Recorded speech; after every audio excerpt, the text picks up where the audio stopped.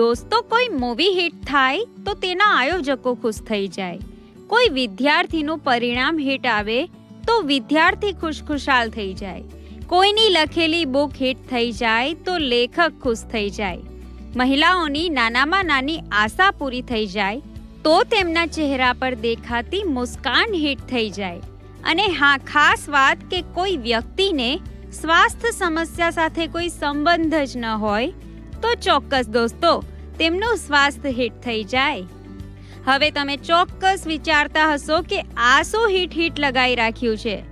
દોસ્તો, આ હિટ શબ્દ તો એમ બહુ જ સારો લાગે, પણ એવો જ એક બીજો હિટ શબ્દ છે જે વ્યક્તિને દાઝી નાખે અને સ્વાસ્થ્યને પણ.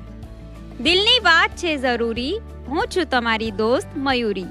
તમે સાંભળી રહ્યા છો કાર્યક્રમ સ્વાસ્થ્ય સંકલ્પ, રેડિયો નઝરિયા 107.8 આવાજ અમારી પર. તો સ્વાગત છે દોસ્તો આજના કાર્યક્રમમાં આપ સૌનું, જેમાં આજે આપણે વાત કરીશું ગરમીમાં થતી હીટ સ્ટ્રોકની સમસ્યા એટલે કે લૂ લાગવાની સમસ્યા વિશે. તો સમજાયું ને હવે? તો હું તો આ ગરમીવાળા હીટ સ્ટ્રોકની વાત કરી રહી હતી.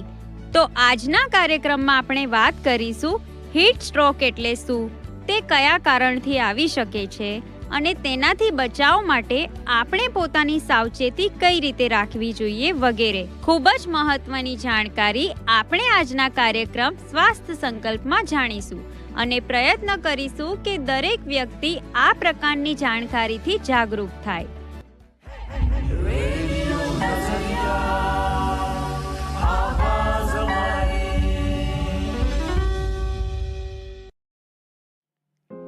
તમે સાંભળી રહ્યા છો રેડિયો નઝરિયા 107.8 આવાજ હમારી પર કાર્યક્રમ સ્વાસ્થ્ય સંકલ્પ તમારી દોસ્ત મયુરીની સાથે.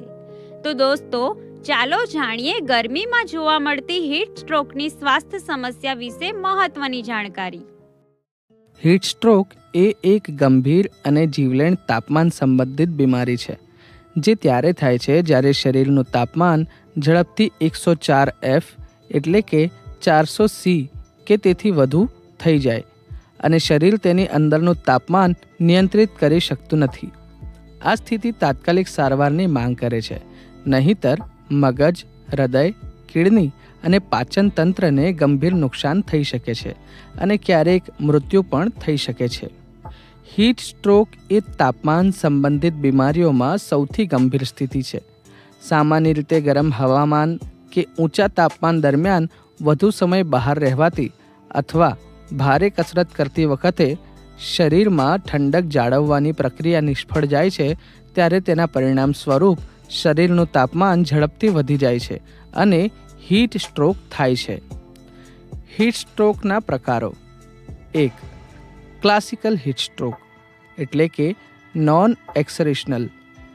વૃદ્ધો, બાળકો અને ક્રોનિક બીમારી ધરાવતા લોકોમાં આ જોવા મળે છે.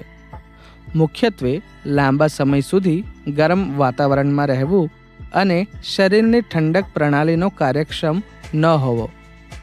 2. એક્સરેશનલ હીટ સ્ટ્રોક સામાન્ય રીતે યુવા અને સ્વસ્થ વ્યક્તિઓમાં જોવા મળે છે, જેમ કે રમતમાં ભાગ લેનાર, મહેનત કરનાર, લશ્કર અથવા મજૂરો. ભારે કસરત દરમિયાન શરીરમાં તાપમાનનું નિયમન બંધ થાય છે.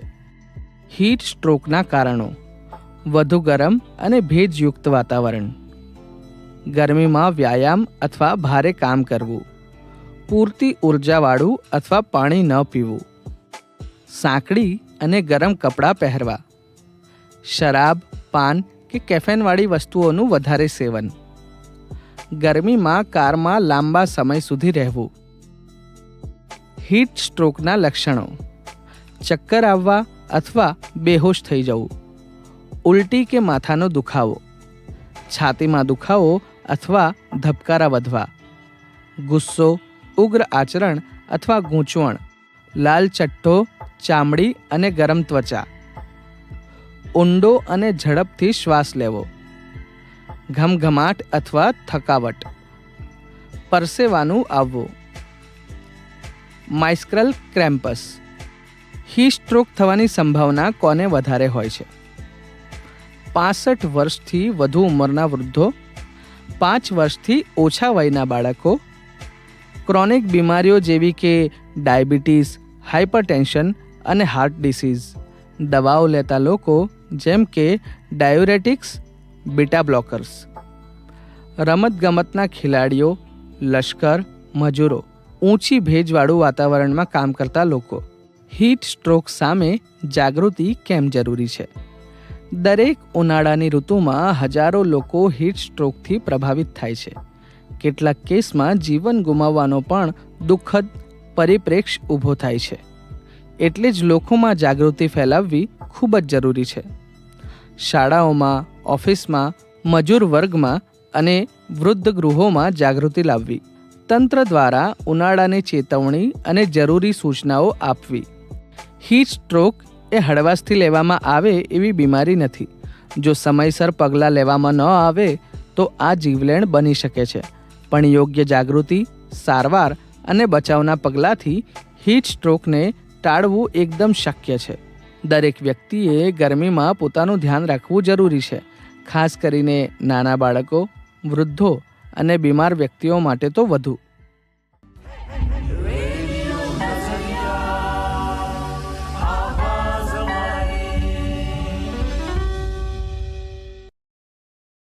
દોસ્તો, સ્વાસ્થ્ય સારું તો બધું જ સારું. આગળ આપણે હીટ સ્ટ્રોકની સ્વાસ્થ્ય સમસ્યાને લઈને ઘણી બધી જાણકારી જાણી. પરંતુ કોઈ પણ સ્વાસ્થ્ય સમસ્યા હોય તો તેની સાચી અને સચોટ જાણકારી હોવી તે ખૂબ જ જરૂરી છે. તમે સાંભળી રહ્યા છો રેડિયો નઝરિયા 107.8 આવાઝ અમારી પર કાર્યક્રમ સ્વાસ્થ્ય સંકલ્પ, અને હું છું તમારી દોસ્ત મયુરી. તો ચાલો દોસ્તો, સાંભળીએ આપણે આજના કાર્યક્રમના એક્સપર્ટને. મારું નામ માયા બેંકર છે અને હું HCF હોસ્પિટલમાં સુપ્રિન્ટેન્ડન્ટ તરીકે ફરજ અદા કરું છું. તો હાલ જે ગરમીનું વાતાવરણ ચાલી રહ્યું છે તો ઘણી બધી સમસ્યાઓ એવી થતી હોય છે, આપણે જાણીએ જ છીએ. તો એમાંથી એક એવી સમસ્યા જેનું નામ છે હીટ સ્ટ્રોક. તો અમારા શ્રોતાઓને જણાવો કે હીટ સ્ટ્રોક એટલે શું છે? હીટ એટલે તો આપણે બધા સમજતા હોઈએ કે ગરમી, રાઈટ?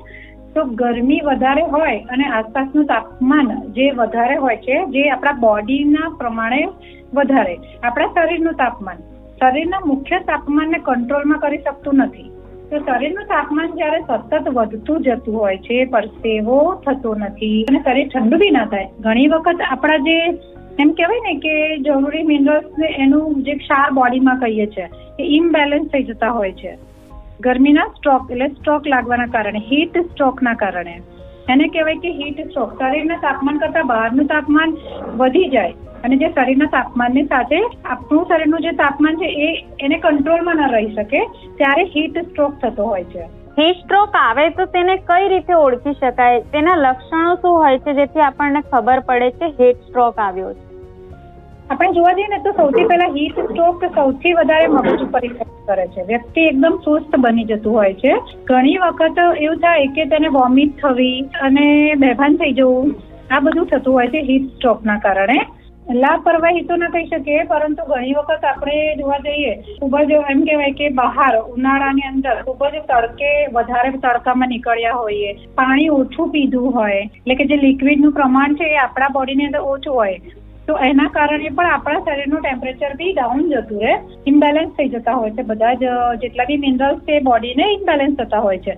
તો જેના કારણે આ એક થઈ શકે છે કે લાપરવાહી તો એ જ કહેવાય કે આપણે ઇન્ટેક ઓછું લઈએ, વોટર કે ફૂડ કે એનું ઇન્ટેક ઓછું થતું હોય અને ખૂબ જ તડકાની અંદર કોઈ બી પરેજી વગર નીકળતા હોઈએ, ડાર્ક કલરના કપડાં હોય. જો જ્યારે પણ કોઈ વ્યક્તિ તડકામાં નીકળે તો એને આછા હળવા કપડાં પહેરવા જોઈએ અને પાણીનો ખૂબ જ વધારે ઇન્ટેક લેવું જોઈએ, રાઈટ? તો આ બધી વસ્તુઓનું ધ્યાન રાખીએ તો આપણે આ હીટ સ્ટ્રોક થી બચી શકીએ છીએ કે ઉનાળામાં જે કપડાં વ્યવસ્થિત પહેરવું છે એના કારણે આપણે બચી શકીએ છીએ. અને બપોરે 3 વાગ્યા પછી 3 વાગ્યા પછી બહાર જવાનું અથવા તો વહેલી સવારે જો કામ ન હોય તો. અને સ્કિન છે એને પ્રોટેક્શન કરવું જોઈએ, લાઇટ કલરના કપડાં પહેરવા જોઈએ, ગોગલનો ઉપયોગ કરવો જોઈએ. જો આ બધી વસ્તુઓનું બેલેન્સ રાખીશું તો હીટ સ્ટ્રોક થી બચી શકીએ છીએ.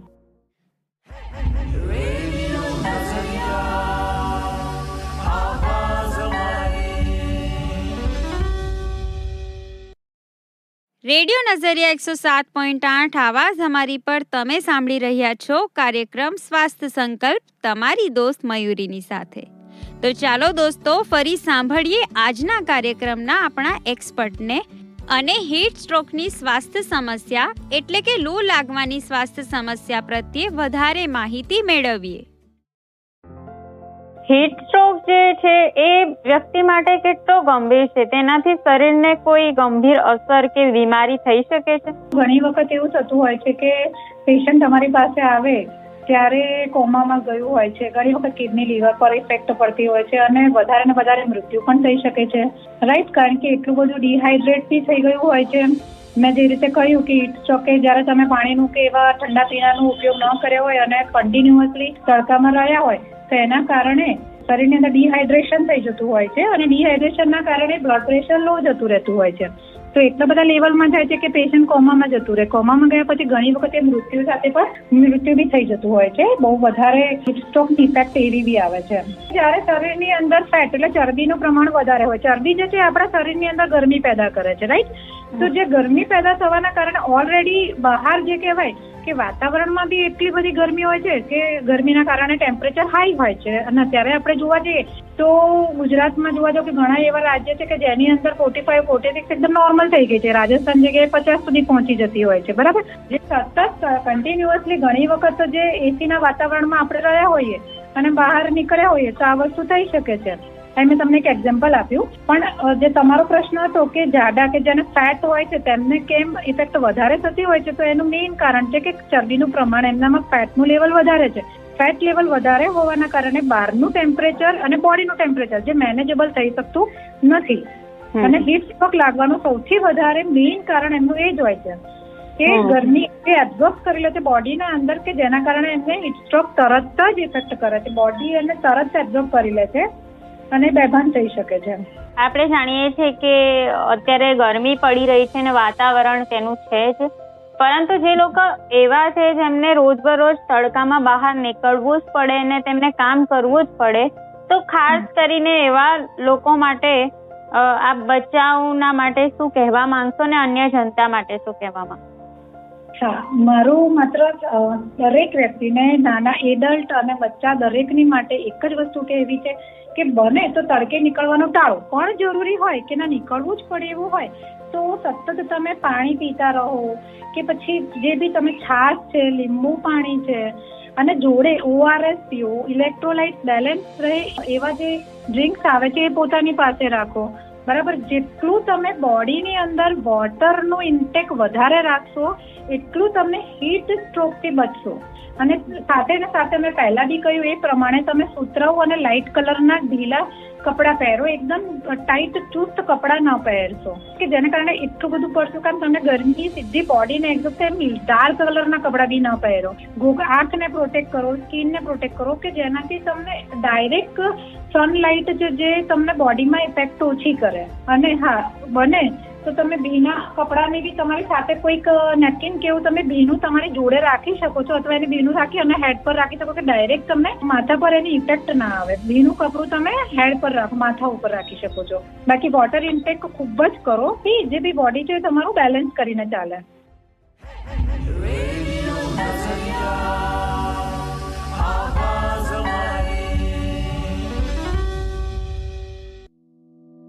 આજના કાર્યક્રમમાં આપણે હીટ સ્ટ્રોક એટલે લૂ લાગવાની સ્વાસ્થ્ય સમસ્યા વિશે મહત્વની જાણકારી જાણી અને દર્દીઓ માટે ઉપયોગી માહિતી મેળવી. આશા છે દોસ્તો કે આ માહિતી તમને ઉપયોગી સાબિત થશે. જો તમને વધુ માહિતી જોઈએ તો ડાયલ કરો 8849749472.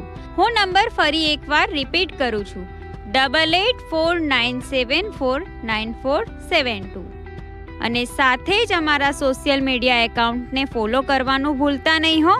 એટલે અત્યારે જ સર્ચ કરો તમારા યુટ્યુબ, ફેસબુક અને ઇન્સ્ટાગ્રામ પર રેડિયો નઝરિયા 107.8 આવાઝ હમારી અને જાણો વધુ જાણકારી. ફરી મળીશું નવી સમસ્યાના સમાધાન સાથે કાર્યક્રમ સ્વાસ્થ્ય સંકલ્પમાં.